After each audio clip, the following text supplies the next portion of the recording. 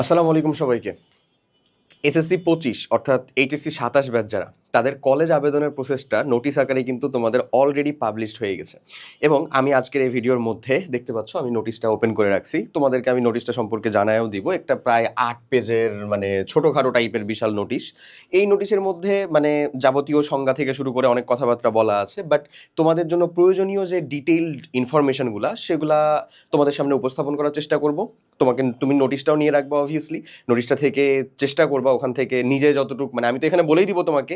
Plus তোমার college selection নিয়ে কি কি জিনিসপত্র অবশ্যই মানে আগে যতটুকু মানে মাইন্ডে সেট আপ ছিল ঠিক আছে, এখন আত্মীয় স্বজন, তারপরে হচ্ছে তোমার কাছের মানুষজন, বাবা মা, তোমার কলেজ টিচার না হোক, স্কুল টিচার, কোনো বড় ভাই, যাদেরই মাধ্যমে হোক না কেন, আমাদের মাধ্যম দিয়ে হোক না কেন, প্রপার গাইডেন্সের ভিতরে থাকো। কারণ এই সময়েই তোমার সামনে এইচএসসি লাইফের যে 2টা বছর সেটা কেমন হতে চলেছে, তোমার কলেজ লাইফটা কেমন হতে চলেছে, কলেজ লাইফে তোমার জন্য কি কি অপেক্ষা করছে, সব কিছুই কাইন্ড অফ নির্ধারণ হয়ে যাবে।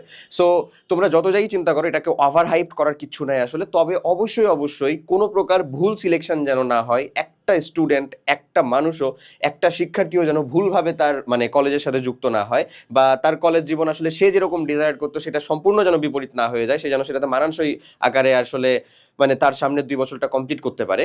সেজন্য প্রপার গাইডেন্সটা এই ভিডিওর ভিতরে থাকবে। সো এই নোটিশ থেকে আমাদের কি কি দরকার সেটা আগে আমি তোমাদেরকে বলবো। এখানে আসলে তোমার আবেদন ফি কতটুকু, টাকা পয়সা কখন লাগবে, কোন সময় রেঞ্জ থেকে কোন সময়ের মধ্যে তোমাদের আসলে আবেদন জমা দিতে হবে, কোন সময় থেকে তোমার ক্লাস শুরু হবে সেটাও কিন্তু দেওয়া রাখা আছে। জানো তুমি কোন সময় থেকে তোমাদের ক্লাস শুরু হতে চলেছে? 15ই সেপ্টেম্বর কিন্তু। সো তোমার কলেজ লাইফে আসলে তোমাকে অনেক অনেক স্বাগতম। তো প্রথম দিকের ভাই যে ফার্স্টের দিকের পেপারগুলাতে মানে পেজগুলাতে আমাদের জন্য ইম্পর্টেন্ট সেরকম কিছু নাই। সো আমরা একটু নিচের দিকে যাব। আমাদের জন্য প্রয়োজনীয় যে জায়গাটা সেখান থেকে শুরু হবে হচ্ছে আসলে এই যে এখান থেকে, এই পেজ থেকে। ওকে, সো প্রায় 7-8 পেজের দিকে এখানে তোমাকে আসলে এই যে আমাদের উপনীতি যে জায়গাটা, এই যে এখানে দেখো 4.2, এই জায়গার মধ্যে তোমার সেশন চার্জ এবং ভর্তি ফি যেটা হচ্ছে আদায় মানে ভর্তি ফি আদায়যোগ্য যেটা, সেটা ডিটেল কথাবার্তা বলা আছে। আমি এটা খালি একটু ভেঙে তোমাদেরকে বলবো। তোমরা অলরেডি এরকম অনেক অনেক মানে ভিডিওস পাওয়া শুরু করছো আশা করি, বাট আমি তোমাকে অলরেডি একটু বলতে চাই যে তোমার ওই ভর্তি ফির বিষয়টা কেমন। দেখো, একাদশ শ্রেণী ভর্তি নীতিমালা উপনীতি 1 অনুযায়ী অনলাইনে আবেদনের ক্ষেত্রে তোমাকে ভর্তি ফি 220 টাকা দিতে হবে। অনলাইনে আবেদন করার ক্ষেত্রে নর্মালি দেখা যায় মানুষজন কম্পিউটার অপারেটরের যে দোকানগুলো আছে সেগুলো থেকে আবেদন করে। ভালো খারাপ না, তারা হচ্ছে যে দক্ষ, ওনারা দক্ষ মানুষজন, ওনারা অলরেডি করে আসছেন। তোমার ডিজায়ার যে ইনফরমেশন সেই ইনফরমেশনটা দিয়ে 220 টাকা তোমাকে অলরেডি আবেদন করার জন্য ফি দিতে হবে। এবং সেক্ষেত্রে তুমি কম্পিউটার অপারেটরকে আবার একটা চার্জ দিবা, কজ উনি যেহেতু করে দিচ্ছেন। এটা উনার কথা সম্পূর্ণ। বাট কম্পিউটার অপারেটরের সাহায্য ছাড়াও তুমি নিজেও চাইলে এটা কমপ্লিট করতে পারো। তুমি দেখবা ইউটিউবে অনেক অনেক ভিডিও তোমাকে দিয়ে দেওয়া হবে। ইভেন আমরাও তোমাকে গাইড করবো আসলে যে কোন ক্ষেত্রে কি কি করবা। But step by step complete করলেই হয়েছে। ওই এক্সআই ক্লাস অ্যাডমিশন যে সাইটটা আছে সেক্ষেত্রেও। এবং আমি তোমাকে এখনও ওই এক্সআই ক্লাস সাইটের থেকে কি বেশ কিছু গুরুত্বপূর্ণ ইনফরমেশন নিয়ে পর্যালোচনা করার জন্য বলবো আর কি। তো তুমি পুরোটা ভিডিওটা দেখো, তাহলে আশা করি বুঝতে পারবা। সো তোমার আবেদনের জন্য ইন টোটালে কত টাকা লাগবে? 220 টাকা, জাস্ট এটা প্রাথমিক আবেদনের জন্য। এরপরে এই যে এখানে কিছু কথা বলা, যে ধরো এই যে ওই রেড ক্রিসেন্ট ফি বাবদ একটা 40% যেটা 24 টাকা গ্রহণ করবে বোর্ড, এগুলা নিয়ে এখন আপাতত চিন্তা করার তোমার কোনো প্রয়োজন নেই, এগুলা থাকুক। তুমি চলে আসো তোমার এই যে এইখানে কথা, যে আমাদের এমপিও ভুক্ত প্রতিষ্ঠানের জন্য সেশন চার্জ এবং ভর্তি ফি যেটা গ্রহণ করতে হবে সেটা এখানে দেওয়া। বাট এটাও তোমার আবেদনের সময় লাগবে না। এটা কোন সময় লাগবে ভাই? এইটা লাগবে তুমি যখন নিশ্চয়ন কমপ্লিট করে ফেলতেছো, ভর্তি কমপ্লিট করবা, তখন যে তোমার ফি লাগবে। তো এই ক্ষেত্রে এমপিও ভুক্ত সেগুলোর জন্য ধরো ঢাকা মেট্রোপলিটনের মধ্যে আমাদের বাংলা ভার্সনে 5,000, ইংরেজি ভার্সনেও 5,000। ঠিক আছে, এমপিও ভুক্ত মানে হচ্ছে যারা সরকারি অর্ডার থেকে আসলে বা রাষ্ট্রীয় কোষাগার থেকে কি বেতন ভাতাদি পেয়ে থাকেন তারা। তো ওই সকল কলেজের ক্ষেত্রে এই খরচগুলা কিন্তু অবশ্যই কিছুটা কম। মানে ঢাকা ব্যতীত যেগুলো মেট্রোপলিটন সেখানে হচ্ছে 3,000, জেলা পর্যায়েরগুলো 2,000, উপজেলা বা মফস্বল এলাকারগুলো 1,500 চার্জ। সো তোমার এলাকা অনুযায়ী এটা অবভিয়াসলি তোমার ওই কলেজে মানে পে করতে হবে। সো আশা করি এইটা হচ্ছে সরকার কর্তৃক নির্ধারিত, যেহেতু তার মানে এর থেকে কম বেশি হওয়ার কোনো চান্সেস নাই ইনশাল্লাহ। তারপরে তুমি একবার মানে চেক করে নিতে পারো, তোমার কাছে যদি মনে হয় যে অস্বাভাবিকভাবে বেশি হচ্ছে কোথাও, সো তুমি কিন্তু এখানে চাইলে ভেরিফাই করতে পারবা। এরপরে এখানে বলা হচ্ছে যে নন এমপিও ভুক্ত যেগুলা, মানে যেগুলা কাইন্ড অফ ওই তো রাষ্ট্রীয় কোষাগার থেকে ফিক্সড একটা স্যালারি বা বেতন ভাতা দিয়ে পেয়ে থাকেন না, যাদের ক্ষেত্রে অবশ্যই খরচ একটু বেশি। সো ওই খরচ বেশি হলে ওখানে কিন্তু তোমার হচ্ছে যে মানে ভর্তি ফিও বেশি ভাই। ওই ভর্তি ফি গুলা দেখো, বাংলা ভার্সনে 7,500, ইংরেজি ভার্সন হচ্ছে 8,500 এরকম। আর ঢাকা ব্যতীত অন্য জায়গার ক্ষেত্রে 5,000 6,000 এমন। সো তুমি এরকম ভাবে দেখলেই বুঝতে পারবে এটা আসলে কত টাকা তোমার এখানে দেওয়া লাগবে। বাট ভর্তি আবেদনের ক্ষেত্রে এই যে ধরো যেটা বললাম 30 তারিখ থেকে সামনে 30 তারিখ থেকে শুরু হতে চলেছে, আমি দেখাচ্ছি ডেট রেঞ্জগুলোও দেখাচ্ছি।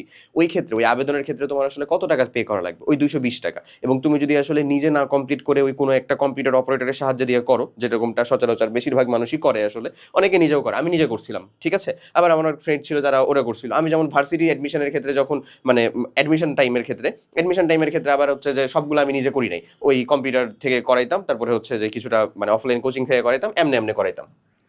আচ্ছা, ওকে। এরপরে এই যে এখানে দেখো, এখানে যেটা বলতেছে সেটা হচ্ছে যে শিক্ষা বোর্ড কর্তৃক শিক্ষার্থীর নিকট থেকে ভর্তির প্রাথমিক নিশ্চয়ন করার সময় শিক্ষার্থী প্রতি নিম্নোক্ত ফিটা দিবে। এই নিম্নোক্ত ফি তোমাকে হচ্ছে বোর্ডে দিতে হবে, হ্যাঁ, শিক্ষা বোর্ডের কাছে দিতে হবে। এটা হচ্ছে 335 টাকা। এটা মোটে 335, অনেক মানে রেজিস্ট্রেশন ফি, ক্রীড়া ফি, তারপরে রোভার বা রেঞ্জার, তারপরে রেড ক্রিসেন্ট, তারপরে বিজ্ঞান প্রযুক্তি, তারপরে বিকেএসপি, এরকম ভাবে টোটালে 335 টাকা এটা বোর্ডে তোমাকে দেওয়া লাগবে। এটা প্রাথমিক নিশ্চয়নের পর। প্রাথমিক নিশ্চয়ন কি, কখন হবে, কিভাবে হবে, যাচ্ছি সেগুলোতে ডিটেলস, কোনো চিন্তা নাই, আরামসে টোটালটা দেখো, তাহলে তুমি বুঝতে পারবা। ওকে, সো এই হচ্ছে তোমার টাকার কথা। এখন চলে আসো ভাই সব থেকে গুরুত্বপূর্ণ যে জায়গাটা, সেটা হচ্ছে এই যে এটা, ঠিক আছে। ফল প্রকাশ, দেখো আবেদন, ফল প্রকাশ, ভর্তি, ক্লাস শুরু সংক্রান্ত টোটাল টাইম লাইনটা এখানে দেওয়া আছে ডেট রেঞ্জ সহ। সো এইখানেই হচ্ছে তোমার আলটিমেটলি মানে মেইন ফোকাসটা দিতে হবে। দেখো প্রথম যেটা, সেটা হচ্ছে অবশ্যই তোমাকে প্রাথমিক আবেদন কমপ্লিট করতে হবে। কত? ওই যে 220 টাকা দিয়ে। ওটা কোথা থেকে করবা? এক্সআই ক্লাস অ্যাডমিশন যে ওয়েবসাইট আছে, আমি নিয়ে যাবো এক্ষুনি, ওখান থেকে করবা।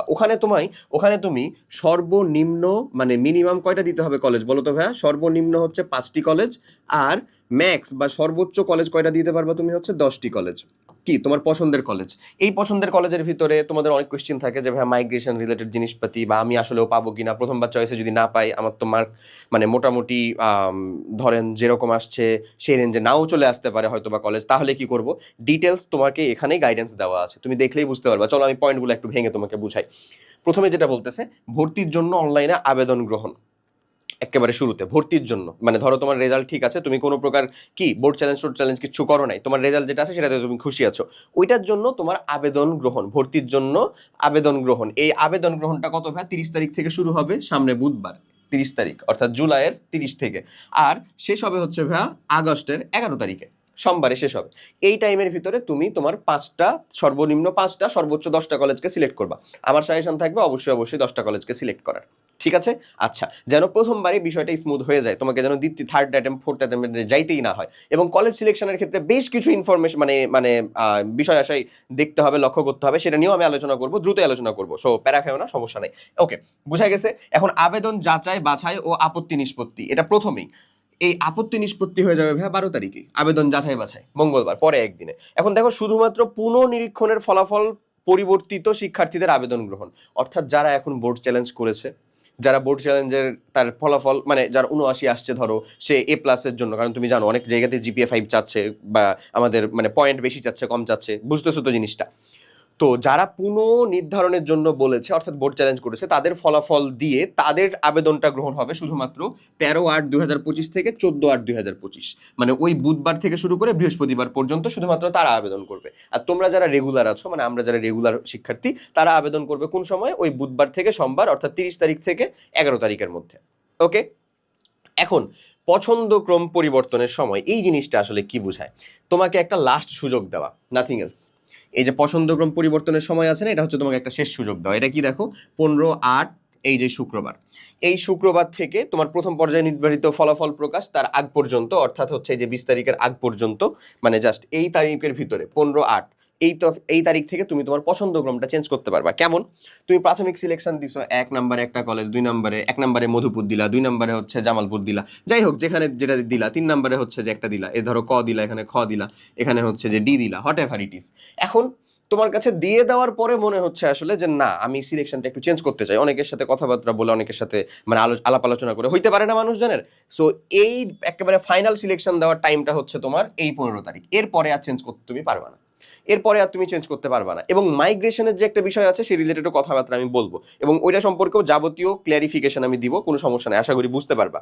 ওকে, সো এই ঘটনা ঘটার পরেও তোমাকে প্রথম পর্যায়ে নির্বাচিত শিক্ষার্থীদের ফলাফল প্রকাশ করা হবে হচ্ছে ভাই এই 20 তারিখ রাত 8টায়। সো তুমি তোমার পছন্দের কলেজটা পাইলা কিনা, তুমি 1 থেকে 10-এর মধ্যে কোন কলেজে সিলেক্ট হইছো, আদৌ কোনোটাতে হইছো কিনা, নাকি প্রথমটাতে সিলেক্ট হয়ে গেছো, নাকি 5 নাম্বারটাতে, নাকি 7 নাম্বারটাতে, কোনটাতে হইছো, এটা জানতে পারবা হচ্ছে ভাই তুমি বুধবার রাত 8টায় 20 তারিখ 20 আগস্ট। এইটা জানার পরে তোমাকে এখন নিশ্চয়ন, মানে তোমার যদি পছন্দের সিলেকশন হয়ে যায় ওইটা, তোমাকে সেটা নিশ্চয়ন করতে হবে। একটা ভালো কথা মাথায় রাখবা, ধরো আমি তোমাকে বলি, ধরো তোমার 3 নাম্বার কলেজ, মানে 3 থেকে উপরের দিকে কলেজে হলে পড়ার খুব ইচ্ছা, তুমি পাইছো হচ্ছে 7 নাম্বার কলেজ। তুমি তোমার, মানে এটা কিসের উপর ভিত্তি করে পাচ্ছ, তোমার পয়েন্টে দিয়ে তোমার আবেদন যোগ্যতা, তারপরে তুমি পাচ্ছ হচ্ছে তোমার মার্কের উপর ভিত্তি করে, এবং কত মার্ক, মানে সবাই আসলে কত মার্ক পাইছে এবং কতজন ওই কলেজ সিলেক্টটাকে মানে সব প্রায়োরিটির দিকে দিছে, সব কিছুই তো মানতে হবে। ধরো 3 নাম্বারে তোমার থেকে বেশি মার্ক পাওয়া কেউ একজন ওই 3 নাম্বারে এটাকে দিছে বা প্রায়োরিটিতে দিছে, তার মানে সে আগে অগ্রাধিকার প্রাপ্ত না ওখানে, তো সে কিন্তু ওটাতে চান্স পেয়ে গেছে। ধরে নাও তুমি ওটার জন্য পাও নাই, তুমি পাইছো 7 নাম্বারে। এখন কথা হচ্ছে তুমি নিশ্চয়ন করবা কিনা, উত্তরটা হচ্ছে হ্যাঁ ভাই করে ফেলতে হবে এবং এই 10টা কলেজ এরকমভাবেই সিলেক্ট করতে হবে যেন তোমার মার্কের সাথে সামঞ্জস্যপূর্ণ হয় এবং এর ভিতর থেকে যে কোনো একটা হইলেও তুমি যেন মোটামুটি লেভেলে কনফিডেন্স থাকো ভর্তি হওয়ার জন্য, তাহলে যেন প্রথম ধাক্কাতেই এই ঝামেলাটা পার হয়ে যায়। নাহলে সেকেন্ড বার চয়েস দেওয়ার যে অপশন নাই এমন না, আছে, থার্ড টাইমও আছে, but max third time. But believe me 90% পাবলিকের আসলে ডান হয়ে যাবে এই প্রথমবারে, 90%। 10% থাকবে হচ্ছে ভাই বাকি, 10% থাকবে বাকি। এরা কি জন্য বাকি থাকবে, ওই যে পছন্দের কলেজ বা 1 থেকে 10 নাম্বার কলেজের ভিতরে সিলেক্ট হয়নি এমনও হইতে পারে, পছন্দের কলেজে আসতেছে না, অথবা সে প্রাথমিক নিশ্চয়নটা কমপ্লিট করে না। এই যে দেখো তোমাকে এখানে বলছে না যে নির্বাচিত শিক্ষার্থীদের ফল প্রকাশ, এটার পরেই কিন্তু তোমাকে এই যে শিক্ষার্থী নিশ্চয়ন না করলে প্রথম পর্যায়ের নির্বাচন এবং আবেদন বাতিল হবে, তাকে পুনরায় ফি সহ আবেদন করতে হবে। তারপরে তুমি যখন, মানে তোমাকে যখন একটা কলেজ বললো বোর্ড যে তুমি এই কলেজের জন্য ভর্তি যোগ্য, এখন ওখানেই যে থেকে যাবে এমন কিন্তু না, এটা কিন্তু মাইগ্রেশন হইতে পারে, আমি যাচ্ছি সেখানে, এটা কিন্তু মাইগ্রেশন হইতে পারে। এখন কথা হচ্ছে যে তুমি ওখানে ভর্তিযোগ্য, হ্যাঁ, একটা বিষয় মাথায় রেখো, তুমি ওখানে ভর্তিযোগ্য, কিন্তু তুমি নিশ্চয়নটা হচ্ছে যে মানে তোমাকে এখন ওটা নিশ্চয়ন তোমাকে করতে হবে, তারপরেই তোমার নিশ্চয়ন করতে হবে। তুমি নিশ্চয়ন যদি না করো তাহলে তোমার প্রথম পর্যায়ের যে আবেদন সেটা বাতিল হয়ে যাবে, তোমার কোনো মাইগ্রেশন থেকে শুরু করে কিচ্ছু চালু থাকবে না, কিছুই না, তোমাকে আবার ওই 220 টাকা ফি দিয়ে আবেদন করতে হবে। বাট মাথায় রাখো মোস্ট অফ দ্য পাবলিক কিন্তু তারা নিশ্চয়ন করে ফেলবে, যেহেতু পছন্দের, মানে যেটা আসছে পছন্দের কলেজ চলে আসছে। এটা কিন্তু অনেকটা ভাগ্য নির্ভর ভাই, অনেকটা ভাগ্য নির্ভর, তারপরে তোমার মার্ক কেমন আসছে সেটার উপর নির্ভর। এখন ধরো তুমি হাইয়েস্ট মার্ক পাইছো, 1200+ মার্ক পাইছো, 1200+ মার্ক পা মানে ধরে নিলাম আমি যে মোটামুটি একটা রেঞ্জের মার্ক পাইছো, তাহলে তুমি যেই কলেজেই দিবা কাইন্ড অফ ওই 1 2 3-এর ভিতরেই তো চলে আসবে। সব থেকে বেশি ডাইলেমার মধ্যে থাকে যে মাঝামাঝি অবস্থায় যে মানুষগুলো থাকে তারা, ঠিক আছে। সো যাই হোক, তো তোমাকে নিশ্চয়ন করতে হবে, তুমি যদি নিশ্চয়ন না করো তাহলে তোমার আবেদনটা বাতিল হয়ে যাবে, তোমাকে আবেদন করতে হবে। দ্বিতীয় পর্যায়ে আবেদন গ্রহণ হবে দেখো 23/8/25। বাট আমার তোমাদের প্রতি একটা হাম্বল রিকোয়েস্ট থাকবে যে প্রথম পর্যায়ের আবেদনটাই খুবই সিরিয়াসলি করার, যেন প্রথম পর্যায়ে তোমার 100 একটা কলেজ, তোমার পছন্দের কলেজ, মোটামুটি তুমি ভর্তির জন্য কনফিডেন্স এরকম একটা কলেজ তোমার হয়ে যায় এবং তুমি নিশ্চয়ন করে দাও, এটা যেন খুব স্মুথলি কেটে যায়, এটা আমার তরফ থেকে সাজেশন। যদি না হয় তাহলে তো অবশ্যই আছে, মাইগ্রেশনের কথাটা আমি বলতেছি, থামো।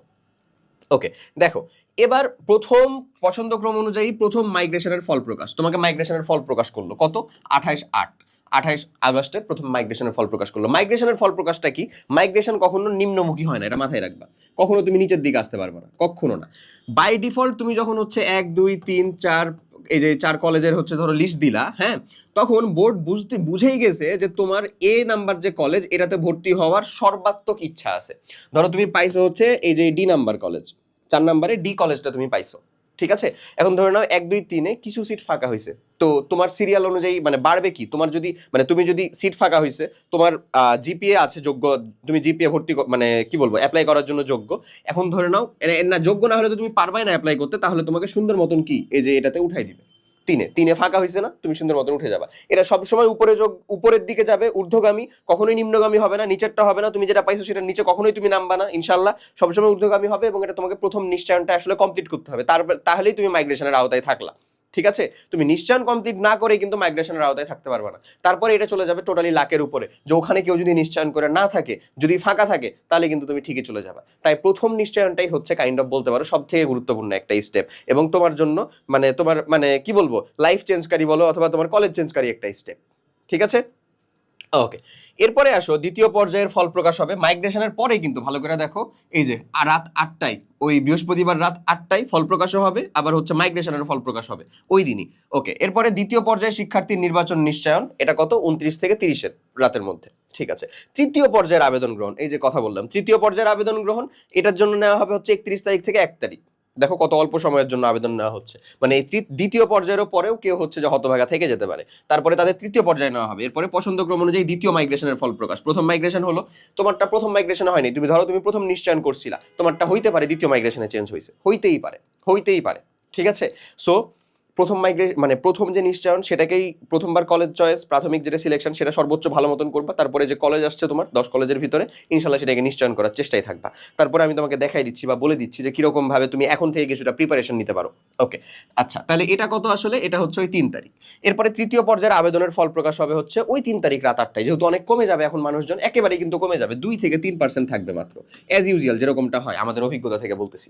এরপরে দেখো তৃতীয় পর্যায়ে নির্বাচন নিশ্চয়নের জন্য সময় দেওয়া হবে। আচ্ছা, আর সর্বশেষ মাইগ্রেশনের ফল প্রকাশ হবে হচ্ছে 5/9/2025, এবং তোমার ক্লাস শুরু হওয়ার একটা সম্ভাব্য ডেট দিয়ে রাখা হয়েছে, সেটা কি 15ই সেপ্টেম্বর, মানে welcome to your HSC life, the most important life. Okay, so ভর্তি দেখো, ভর্তি তোমাকে কমপ্লিট করতে হবে 7/9 থেকে আসলে আমাদের 14/9 পর্যন্ত।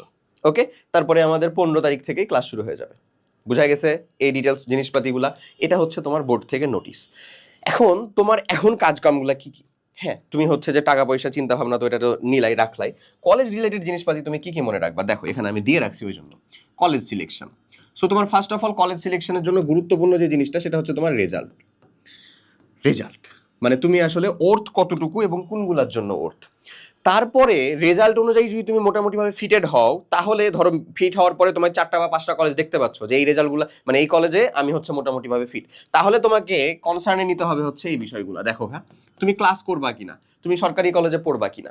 সরকারি কলেজে যদি পড়ো তাহলে ক্লাস করার প্যারাটা ওই রকম লেভেলে থাকে না, যতদূর আমি জানি কলেজ ভেদে ভ্যারি হইতে পারে, বাট ওই রকম ভাবে থাকে না। মানে তুমি নিজে পড়বা, নিজে হচ্ছে যে কোচিং করে করো, অনলাইনে পড়া করে পড়ো, যেভাবেই পড়ো না কেন, এবং তোমাকে পড়ার জন্য সবসময় যে হচ্ছে জেলামুখী শহরমুখী অথবা হচ্ছে তোমাকে এইমুখী হইতে হবে, কি বলবো যে মানে এই আমাদের সেন্টার ঢাকামুখী হইতে হবে এমনটা কিন্তু জরুরি না। এখন এই অনলাইনের পড়াশোনা অনেক কিছুই সহজ হয়ে গেছে, এটা তুমি বুঝতেছো। ওই সেম মেন্টরকে দিয়ে মানে একজন শিক্ষার্থী পড়তে পারে, 1000 জন শিক্ষার্থীও পড়তে পারে। ঠিক আছে, এটা সম্পূর্ণ তার নিজের ইফোর্টের উপর ডিপেন্ড করতেছে।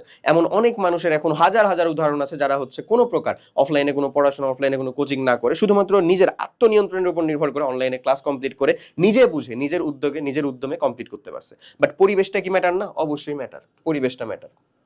ওই জন্য পরিবেশের কথাও রাখছি। তুমি যদি এরকম একটা পিয়ার প্রেশার যুক্ত পরিবেশের ভিতরে থাকো, তাহলে তোমার পড়াশোনার বিষয়টা অটোমেটিক্যালি কিছুটা বেশি হবে, কিছুটা ভালো হবে। সো এটা টোটালি ডিপেন্ড করতেছে তোমার উপরে। তোমার উপরে যদি নিয়ন্ত্রণ থাকে তাহলে আমি বলবো যে তুমি ক্লাস করবা কিনা, প্লাস হচ্ছে যাতায়াত, এগুলোর উপর নির্ভর করে নিজের যে এলাকা, এইচএসসি লাইফটা অন্তত ফ্যামিলির সাথেই থাকো, এটা আমার সাজেশন। বুঝছো ভাইয়া? এটা আমার সাজেশন। এখানে এখন আপাতত ঢাকা মুভ করার বা আদার্স অন্য কোনো জায়গার ভিতরে মুভ করাটা নট ম্যান্ডেটরি। ওকে, আচ্ছা এরপরে আসো যাতায়াত, মানে ওই যে ঢাকার ভিতরেই যারা অবস্থান করতে তারা ঢাকা মুভ করবা কি, তাহলে তোমাদের জন্য যাতায়াতটা খুবই খুবই জরুরি। বিলিভ মি, যাতায়াত করার ক্ষেত্রে মাথায় রাখো তোমার বাসা থেকে যেন একেবারে মানে যতটা নেয়ারে হয়, যতটা নিকটে হয় তোমার এই কলেজ, যতটা নিকটে হয়, চারিদিকের মধ্যে যতটা নিকটে হয়। কারণ যা ঢাকাতে যাতায়াতেই হচ্ছে যে হিউজ একটা টাইম ওয়েস্ট হয়ে যায়। সেই টাইম যেটা ওয়েস্ট হচ্ছে সেটা তোমার ক্ষেত্রে ওয়েস্ট হচ্ছে, ধরো অন্য কেউ ওয়েস্ট না করে ওটাকে কাজেও লাগাতে পারে। So be careful. ঠিক আছে, এই যে আমি ধরো এখান থেকে আছি, এখান দিয়ে গেলে হচ্ছে যে এখানে তুমি নূর মোহাম্মদ পাবা, এখান দিয়ে গেলে হচ্ছে ওই যে বদরুন্নেসা পাবা, এখান দিয়ে গেলে মানে যেই যেই যতগুলো কলেজ আছে, যে মানে আশেপাশে বেশ কিছু কলেজ আছে, তারপরে হচ্ছে যে ওই আমাদের ইঞ্জিনিয়ারিং স্কুল অ্যান্ড কলেজ আছে, উদয়ন স্কুল অ্যান্ড কলেজ আছে, যেটাই হোক না কেন তুমি চেষ্টা করবা এরকম ভাবে রাখার যেন তোমার রেঞ্জের ভিতরে থাকে, কারণ এক্সাম দিতে হইলেও তো তোমাকে যাতায়াত করা লাগবে। লাস্ট অফ অন হচ্ছে ভাই খরচ, খুবই খুবই জরুরি একটা জিনিস।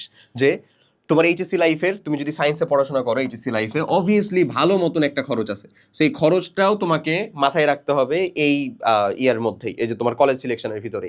সো কলেজের একটা খরচ, বেসরকারি কলেজ হলে তো অবশ্যই তার ভিতরে আরও বেশ কিছু খরচ আছে, বেতন থাকে, তারপরে হচ্ছে আরও অনেক ফি টি থাকে, অনেক অনেক খরচই কিন্তু থাকে। এর পাশাপাশি তুমি কিন্তু এক গাদা বই কিনে পড়াশোনা করবা, এইচএসসি লাইফের পড়াশোনা এই যে এখন থেকেই তো অনেকেই শুরু করছে, অনেকে জানো কিন্তু।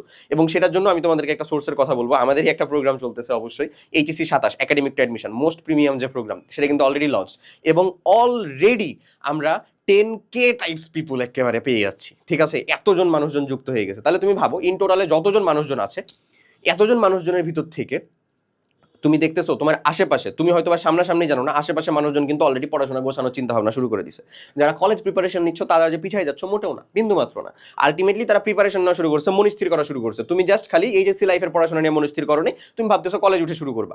আলটিমেটলি তারা সমানেই আছে। বাট দ্য থিং, তুমি কলেজে উঠে প্রপার একটা কলেজ পাবা যদি তুমি হচ্ছে যে কলেজ প্রিপারেশন নাও। আর যারা এখন থেকে এইচএসসি প্রিপারেশন নিতে যাচ্ছে ওরা অ্যাটলিস্ট ভেক্টর, গুণগত রসায়ন, ম্যাট্রিক্স টেট্রিক্স এগুলাতে ঠিকই কিছুটা আগায় থাকবে, এটা কিন্তু তোমাকে মানতেই হবে। তারা কিন্তু এখন হলেও কিছুটা ক্লাসগুলো ওভারভিউ করা শুরু করছে। আচ্ছা, এরপরে আসো এইচএসসি এর শীট, মানে ওই কলেজের পড়াশোনার জন্য এইচএসসি তো তোমাকে দিতে হবে। এইচএসসি পরীক্ষার শীটটা আসলে কোথায় পড়বে, ঠিক আছে? এটার জন্য আমি তোমাকে বলবো যে একটু খালি ব্যাকগ্রাউন্ডটা আশা করি শুনবা, এবং ব্যাকগ্রাউন্ড শুনবা হচ্ছে ওই কলেজ থেকে পাস করা কারো কাছ থেকে অথবা এখন যারা এইচএসসি দিচ্ছে তাদের কারো কাছ থেকে, ইমিডিয়েট সিনিয়রের কাছ থেকে শুনতে যাও না। এই ইমিডিয়েট সিনিয়রগুলো হারামজাদা হয়, আমরাও হারামজাদা ছিলাম সব সময়। ওরা কি করে জানো, ওরা হচ্ছে যে মানে আমি কলেজ লাইফের কালচারটা আর কি সব কলেজের জন্য মানে সেম বলছি না, তো সবাই আসলে অফেন্ড খাওয়ার কিছু নাই, কিন্তু ভার্সিটি লাইফের দিকে এইগুলো একেবারে এরকম হয়। মানে তোমাকে অনেকভাবে প্ররোচিত করবে যেন তুমি ওখানেই আসো, ঠিক আছে? মানে ভণ্ড এরা, যদিও তোমার হচ্ছে সম্পূর্ণটা সেটা খারাপ হয় না, বাট আমি তোমাকে বলবো তুমি যদি ব্যাকগ্রাউন্ডটা একটু খুঁজতে যাও, ওই কলেজের ফ্যাকাল্টি, ওই কলেজের স্যার, ল্যাব ফ্যাসিলিটিস, সিরিয়াসনেস কেমন, পরিবেশটা কেমন হবে, কোনো আদার ইস্যুজ আছে কিনা, যাবতীয় সম্পর্কে জানতে চাও, বিলিভ মি যারা পাস করে চলে গেছেন তাদের কাছ থেকে শোনো হয়, নাহলে যারা এখন এইচএসসি দিতেছেন একটা ব্যাচ, তাদের কাছ থেকে শোনো। ক্লিয়ার কথাবার্তা? আশা করি যে বোর্ড নোটিশটা তুমি পাইছো বা তোমাদেরকে যেটা আমি শেয়ার করলাম এটা সম্পর্কিত যা কিছু চিন্তা ভাবনা করার ছিল তা তুমি বুঝে গেছো। এখন এই 30 তারিখ পর্যন্ত তুমি কি কাজ করবা? তোমার কিছু কাজ আছে, আমি তোমাকে একটু বলি, খুবই ইম্পর্টেন্ট কাজ আছে ভাই।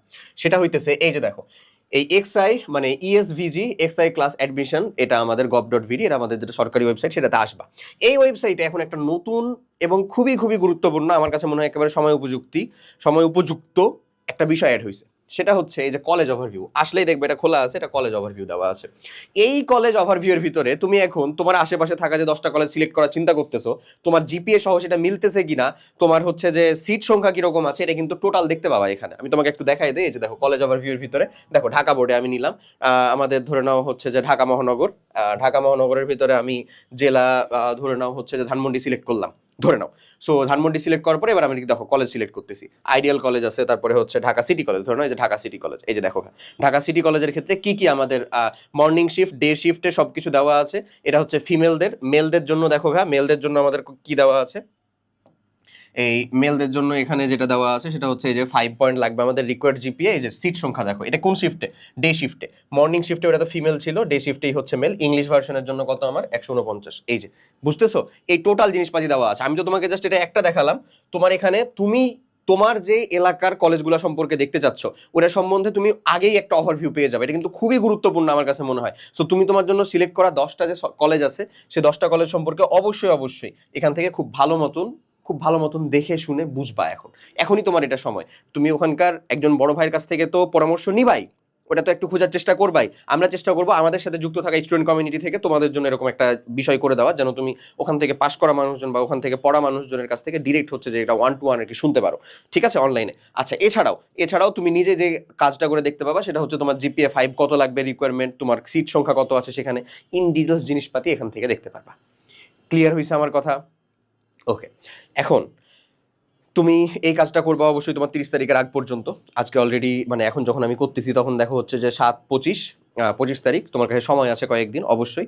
প্লাস যারা অলরেডি এইচএসসির পড়াশোনা শুরু করে ফেলছে তোমাদের জন্য কিন্তু একটা অফার চলতেছে আমাদের 27 ব্যাচের, যেটা মোস্ট প্রিমিয়াম প্রোগ্রাম এইচএসসি 27-এর জন্য একাডেমিক টু অ্যাডমিশন। এইচএসসি 27 যে কুপনটা আছে এই কুপনটা ইউজ করলে তুমি আমাদের যেই একাডেমিক টু অ্যাডমিশন প্রোগ্রাম আছে সেটার মধ্যে ফ্ল্যাট একটা ডিসকাউন্ট পেয়ে যাবা। কত? 40%, হিউজ একটা ডিসকাউন্ট, এবং এই অফারটা খুব দ্রুতই শেষ হয়ে যাবে। সো আমি তোমাদেরকে বলবো যারা অলরেডি আমাদের সাথে যুক্ত হয়ে গেছে এরকম মানুষজনের সংখ্যার ভিতরে, তুমি আমাদের সাইটের ভিতরে গেলেই পাবা। এটা হচ্ছে ধরো এইচএসসি সায়েন্স প্রস্তুতি, আমাদের সায়েন্স একাডেমিক টু অ্যাডমিশন। এই সায়েন্সের ভিতরে HSC 27 academic to admission programme. এই এইচএসসি 27 তুমি যদি ডিরেক্ট সার্চ করো তাও চলে আসবে আমার এখানে, তুমি ডিসক্রিপশনেই পাবা। এই যে দেখো এইচএসসি 27 একাডেমিক টু অ্যাডমিশন। এই একাডেমিক টু অ্যাডমিশন প্রোগ্রামের ভিতরে তোমার এখন থেকে অ্যাডমিশন লাইফ পর্যন্ত যা কিছু পড়া দরকার সব কিছু যুক্ত করে দেওয়া আছে। এখানে ডেমো ক্লাস দেওয়া আছে, তুমি চাইলে ডেমো ক্লাসগুলোও একাডেমিক অ্যাডমিশন সব লেভেলের ডেমো ক্লাসগুলো দেখতে পারো, দিয়ে নিজেই সিদ্ধান্ত নিতে পারো। একবার পেমেন্টে তুমি তোমার পুরো পড়াশোনার জিনিসপাতিগুলোকে গোছায় নিতে পারবা। তো যাই হোক, এটার কথাটা যা ছিল সিম্পল, তুমি তো বুঝতেছোই, যেহেতু আমাদের এই প্রোগ্রামটা চলতেছে তাই তোমাদেরকে এটা জানায় রাখা গেল। আমি তোমাদেরকে বলবো, যেহেতু নোটিশটা এখানে এই সময় দিয়ে রাখছে, এই নোটিশ রিলেটেড যে কোনো ইস্যুস যদি তোমরা ফেস করো, যদি বুঝতে কোথাও কোনো প্রকার প্রবলেম ফেস করো, তাহলে কাইন্ডলি লেট আস নো, আমাদেরকে জানাতে পারো যে ভাই আমি এই জায়গাটা বুঝতেছি না। আমরা অবশ্যই সেটাকে সলভ করার চেষ্টা করবো। তুমি কমেন্টে জানাতে পারো, অথবা হচ্ছে আমাদের ইনবক্সেও, পেজের ইনবক্সেও জানাতে পারো, কোনো সমস্যা নেই। সেখান থেকে আমরা সেটাকে সলভ করার চেষ্টা করবো। এবং তোমাদের ভর্তি আবেদন শুরু হলে কিভাবে তুমি ঘরে বসে আবেদন করতে পারবা, এই রিলেটেড কমপ্লিট গাইডলাইন ইনশাল্লাহ আমরা আমাদের তরফ থেকে তোমাদেরকে দিয়ে দিব। ঠিক আছে? তো সবাই অনেক অনেক ভালো থাকো। মনে হয় আজকে আর মানে বেশি জিনিসপাতি তোমাদের জানানোর দরকার নেই, তোমরা যতটুকু প্রয়োজন ততটুকু বুঝে গেছো। দেখা হবে আবার পরবর্তী কোনো একটা ভিডিওতে। টিল দেন, আল্লাহ হাফেজ, আসসালামু আলাইকুম।